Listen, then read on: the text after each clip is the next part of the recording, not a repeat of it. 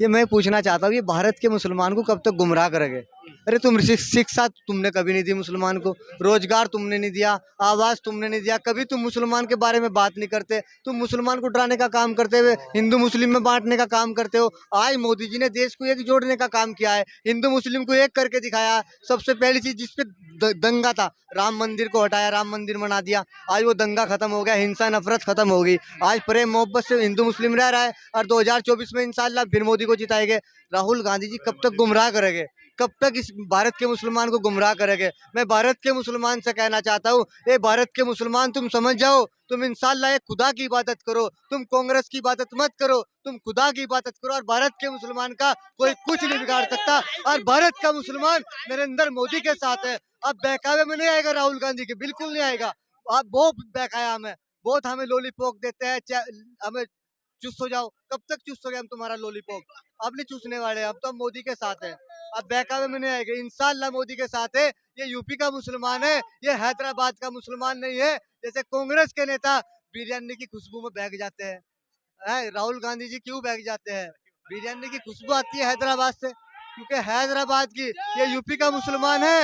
ये ये ये बिरयानी में बहकावा आने वाला नहीं, ये खुदा की इबादत करने वाला ओवैसी साहब, ये खुदा को मानने वाला ओवैसी साहब। और देखना, ये तेरे बहकावे में नहीं आएगा। 2024 में इंशाल्लाह वोट हम नरेंद्र मोदी को देंगे। देखना यूपी का बच्चा बच्चा इंशाल्लाह मोदी को वोट देकर जिताएगा इंशाल्लाह। मोदी जी ने कहीं भेदभाव नहीं किया, हमें लड़ाने का जो काम किया वो कांग्रेस के नेताओं ने किया है।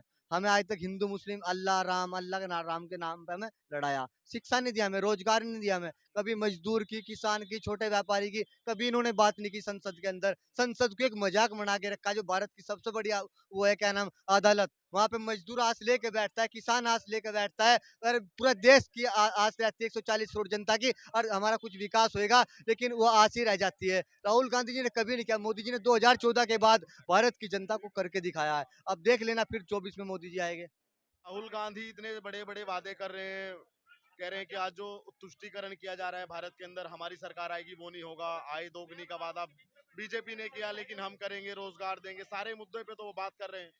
देखिए पत्रकार साहब, मैं तो कहता नहीं चाहे हिंदू आ जाए बहकावे में, लेकिन इंशाल्लाह हम तो आने के नहीं बहकावे में राहुल गांधी मुसलमान के। इस बार पूरी तरीके भाई से बीजेपी इंशाल्लाह के हम साथ तो है। बीजेपी के साथ है, इंशाल्लाह हम तो मोदी को जिताएंगे। हम बहकावे में नहीं आते, हमारे बूढ़े भी पहले इनके बहकावे में आए, 70 साल से ही नहीं वोट देता है। अरे कौन सा इंजीनियर बना मुसलमान, BTech engineer, IAS PS border पर गया हो, कांग्रेस सरकार में नहीं गया।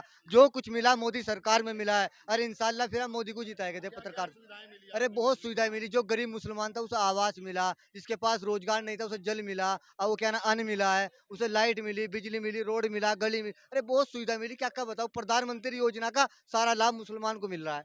मुसलमान खुश है मोदी से। हमें हमें लड़ाने का काम कौन कर रहे? कांग्रेस के नेता, मोदी ये कर देगा, RSS के नेता ये कर देंगे, तुम पाकिस्तान भेज दोगे। अरे भाई क्यों भेज दोगे? हम भारत के मुसलमान हैं, भारत में रहेंगे, हमें कौन भेजेगा? ओवैसी के साथ क्यों नहीं है? आप तो टोपी वाले हैं, दाढ़ी वाले हैं। ओवैसी आपकी आ, देखिए कौम पत्रकार के। साहब महोदय, मैं आपकी एक बात बताना हूँ, मुसलमान कभी झूठ नहीं बोल सकता। जो सच्चा मुसलमान होगा, 3 काम बिल्कुल नहीं करने का। एक झूठ नहीं बोलने का, एक माँ बाप की नाफरमानी नहीं करने का, एक वादा खिलाफी नहीं करने का। जो मुसलमान होगा, उवैसी साहब को मैं, जो उवैसी साहब इस तरीके का बयानबाजी कर रहे हैं, उवैसी साहब से मैं कहना चाहता हूँ, अगर तुम मुसलमान है, अल्लाह अल्लाह करो, अल्लाह की इबादत करो, खुदा की इबादत करो। और भारत के मुसलमान को कहो तुम एक अल्लाह को मान लो। तुम कहाँ कांग्रेस के, केजरीवाल के, इसके चक्कर में पड़ रहे हो? अरे हमारा भला खुदा करेगा इंशाल्लाह। हमें अल्लाह की जात पर यकीन है, हमारा जो कुछ भला करेगा खुदा करेगा, हमें खुदा की जात पर यकीन है। हम मोदी इन पे यकीन नहीं करते, राहुल गांधी पे। हम तो और वो इंशाल्लाह फिर देखना वोट फिर हम मोदी को देंगे, क्योंकि मोदी ने मुसलमानों का भला किया है। पत्रकार साहब महोदय, भारत का मुसलमान खुश है, मोदी के साथ है। आप भारत के अंदर जाके पूछो कितना खुश है भारत का मुसलमान, यही कहेगा मोदी योगी, जो मोदी योगी। बीजेपी के नाम से या मोदी योगी के नाम से मुसलमानों को भयभीत करते थे कि भाई बीजेपी आएगी तो ऐसा कर देगी, योगी आएंगे ऐसा कर देंगे, वो वो दृष्टिकोण बदला कि नहीं पूरे देश का? बिल्कुल बदला। बहुत अच्छा सवाल किया पत्रकार साहब महोदय आपने। योगी जी जब आएंगे तो ये कर देंगे, वो कर देंगे, वो करके दिखाया योगी जी ने।